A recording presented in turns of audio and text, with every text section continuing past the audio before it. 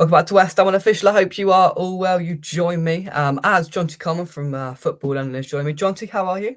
Yeah, very well, thank you, mate. Yourself? Yeah, not bad, not bad. So we'll jump straight into the deep end. Then obviously that elusive training video yesterday where there was hardly anybody there by the looks of things. What can you tell us about injuries? Because the list just keeps on getting longer, doesn't it? Yeah, so in that training video we spoke about, you just mentioned there was 8 first team players not missing. The 8 first team players not there. 6 of them we knew about, but obviously it doesn't look good. And there's no sign of Declan Rice and Pablo Fornals. Now that doesn't mean they're actually injured, but obviously it's a slight concern because normally, they are in these kind of videos and the whole squad is, and it's normally a reasonable indicator as to who is and isn't there. Obviously Rice played for a virus on Saturday.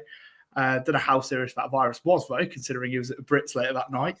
But still, he played for a virus, and I don't know whether I don't know what the case was there. He did actually put something on his Instagram a few hours later, suggesting that he was at training. So a bit of a surprise he just wasn't in the footage because it was a long video. So whether he's doing some individual training or something like that, I don't know. But the fact that, I might not be one to be concerned about is a good thing. Obviously, there were 6 players missing that we knew would probably be missing through injuries and illnesses. Kind of the latest on each one, really. David Moyes said before the Chelsea game that he'd hoped to have Gianluca Scamacca back middle of this week. So sort of, I think he was aiming for Wednesday, so yesterday. One thing about these training videos is I suspect if there's someone coming back and they don't want many people knowing about it, they're probably going to hide them out. So, he might have been back in training. He said, I'm trying to just a sort of recap of everyone. Latest on Maxwell Cornier was that he was back in France, but heading in the right direction, but had got a cold. So that didn't help. I know. I don't know how someone's been out 4.5 months with a 3-week injury. It's quite fascinating, really. Obviously, Nefa Gerd came off with a groin injury. Lucas Paqueta came off with a shoulder injury. Now, Paqueta has posted on social media to say that it's the same shoulder as last time, but a different part. But he said he was recovering well. So hopefully, if he is out for Tottenham on Sunday, he's not out for too much longer. I mean, the plus side is sort of January and February have been pretty quiet in terms of games. And I think it's only after the Tottenham game, after the Nottingham Forest game after Tottenham, where it goes back to 2 a week. Yeah. So, it's probably, if you are going to miss a week or two, probably now as good a time as any, really. Interesting to see what kind of happens with those two. We've got a press conference with David Moyes tomorrow afternoon, so we hopefully will get a bit more of an update there.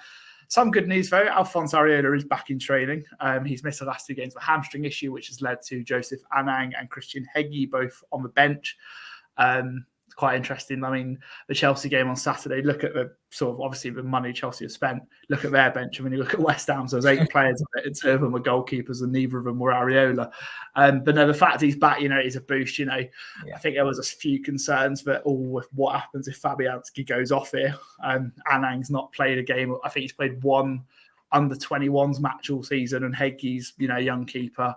I think he's been captain in the under 21s recently for West Ham.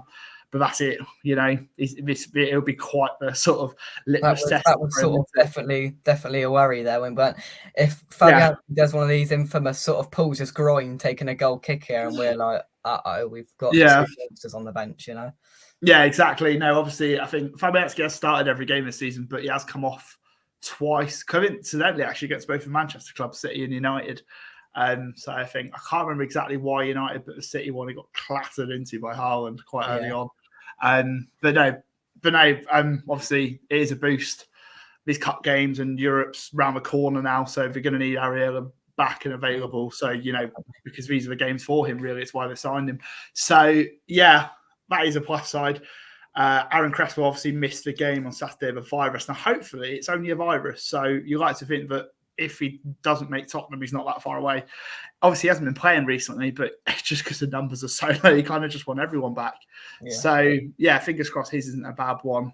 But like I said, press conference tomorrow afternoon with David Moyes, and hopefully we'll get some kind of update on the 6 and anything else we don't know about. Yeah, hopefully that list won't grow between sort of this week and Sunday. But obviously the main sort of absentees that many people have been worrying about, which were the two noticeable ones that came off against Chelsea last weekend, were Paqueta and De Gerd. Now, reports suggesting that we might see a Gerd come back this end. That's not as serious as it was previously, and the same with Paqueta. But would you be surprised if any of those two were involved on Sunday? Obviously, you'll get more of an indicator tomorrow.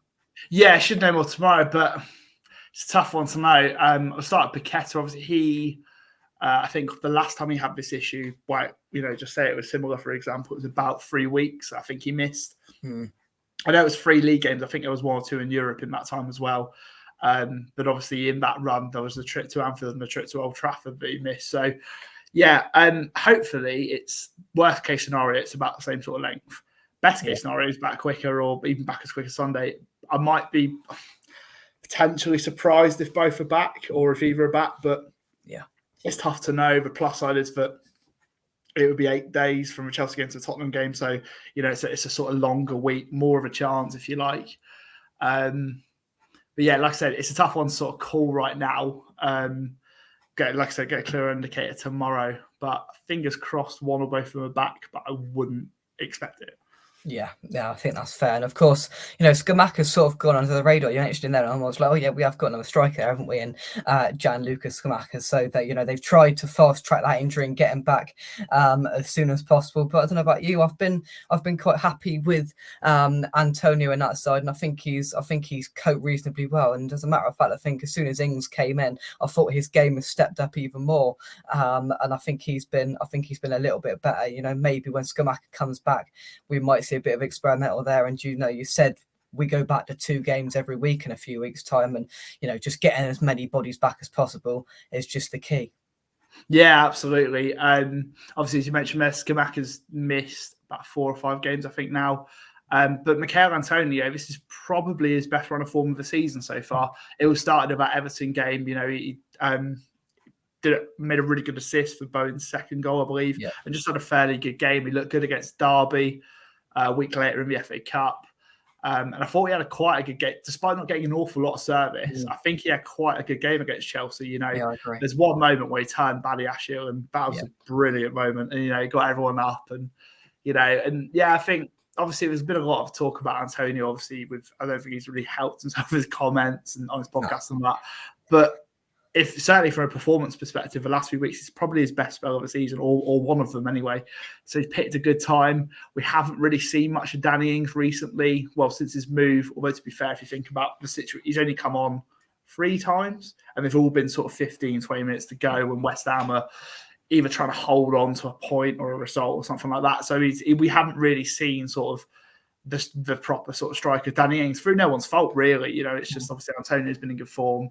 And stuff like that. And I'm sure, like I said, with these cup games coming up and the fact that, they're just going to need rotation as and where possible, especially if there's a few absent, we are probably going to see some more of Danny Ings soon. Now, obviously there's the Man United cup game, and I think David Moyes will go pretty strong for that. I think United might make quite a few changes because it comes at a terrible time for them. They've got a cup final 3 days before. I think obviously tonight they play Barcelona in a second leg, and I think they've got Liverpool a few days after the West Ham game. So from a scheduling point of view, it's probably the best time West Ham can play them, really. So I think David Moyes will go strong. Obviously, as we mentioned earlier, Arietta will probably play, but barring that, I don't think there'll be too many changes. No. But one area could be up front. Obviously, Antonio's playing well, and David Moyes is going to want to make the most of that. He still wants to see Danny Ings. He signed him and he rates him very highly, so he wants to see him. And obviously, Scamacca's, this big money signing that, until Bowen had recently returned to form, was a club top scorer this season. So, all 3 of those options are quite interesting, and how David Moyes uses them, gets the best out of them. So, interesting one to watch. But certainly, at the minute, I think Antonio is on a good run of form right now. Yeah, and I just think as well with all these games coming up, and I've mentioned it a few times on the channel, is if we've got I think a very pivotal 10 days from that Spurs game. We've got that Spurs game. Then for me, we've got the judgment game against Nottingham Forest at home. What an absolutely massive 6-pointer that is. And then we go to a game that some people are sort of putting up there as one of the most important of the season. There are many, many clubs, Premier League clubs, already out of the FA Cup. We're going out to Man United. And as you said, they've it's come an absolute nightmare of a time. And these 10 days, 3 games, if we can get as many players back as possible, I think it's absolutely massive for David Moyes' position. Even though the sort of Moyes debate has cooled off slightly, these sort of 10 days and 3 games, I think, are absolutely massive for West Ham going forward for the rest of the season.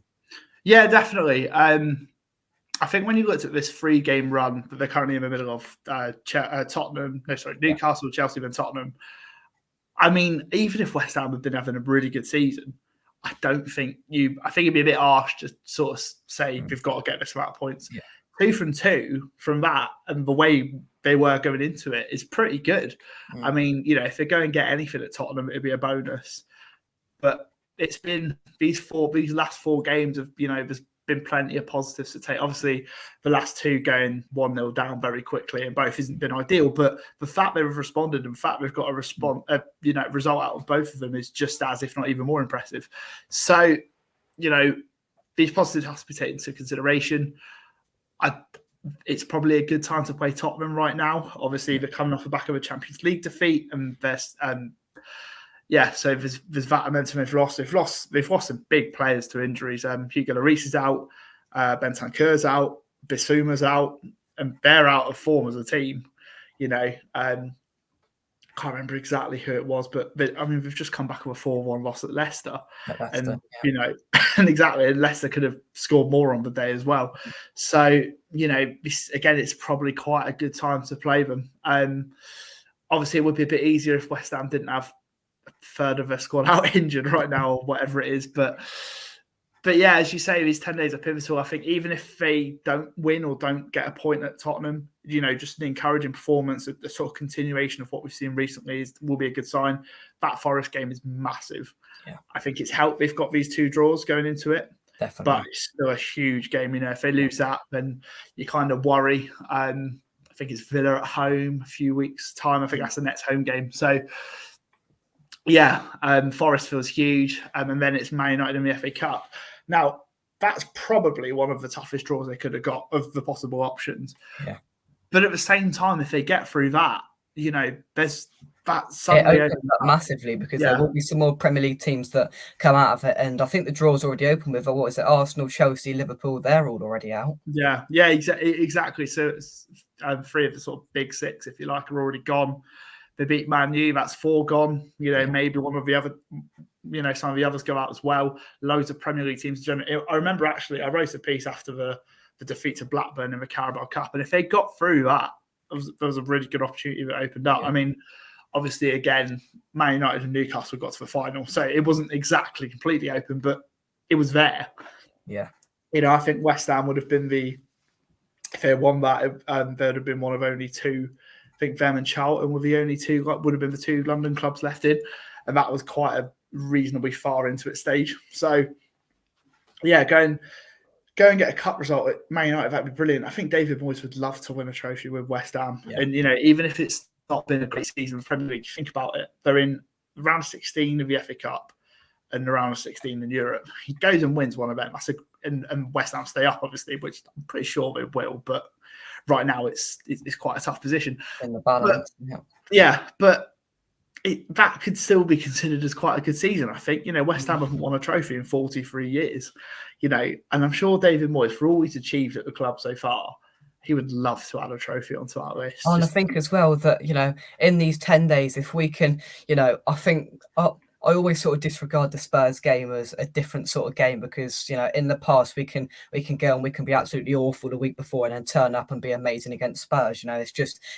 It is just that sort of game. And then if we can get a positive result out of that Forest game, which is a must, all of a sudden go up there and beat United against their B side, which I think it will be.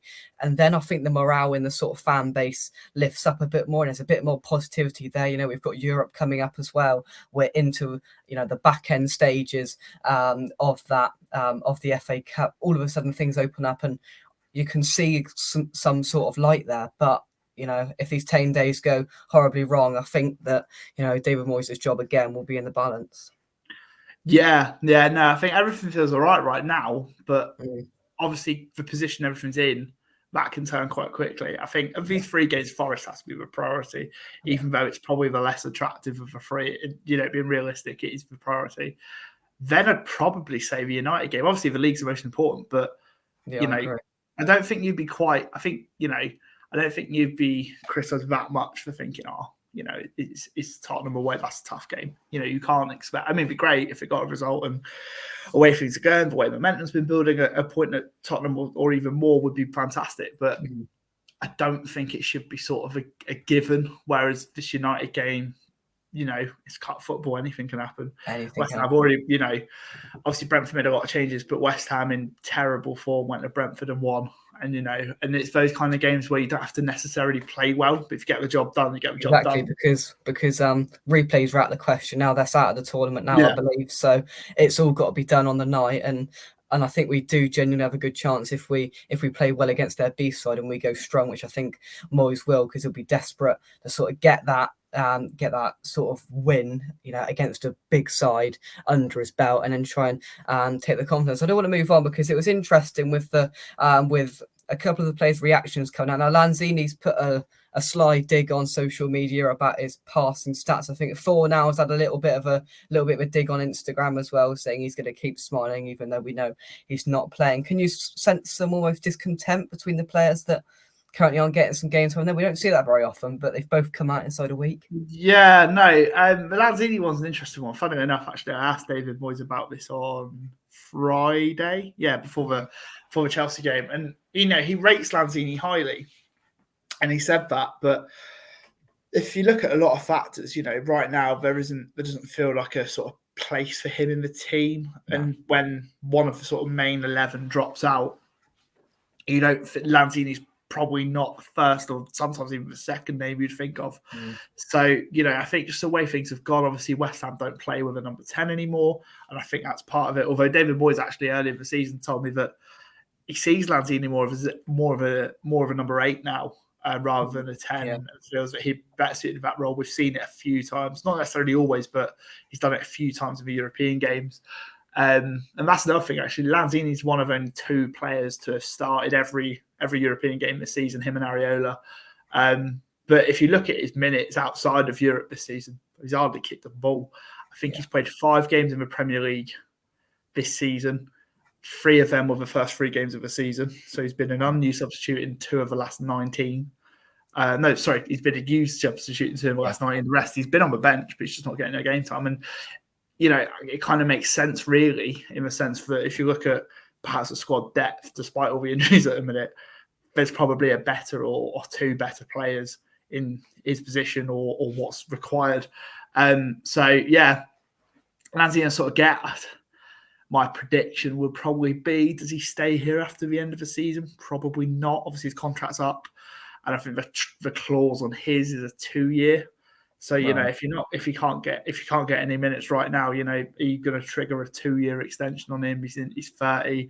I don't think necessarily him, but I think his dad's spoken out and said I think he'd love to go back to River Plate.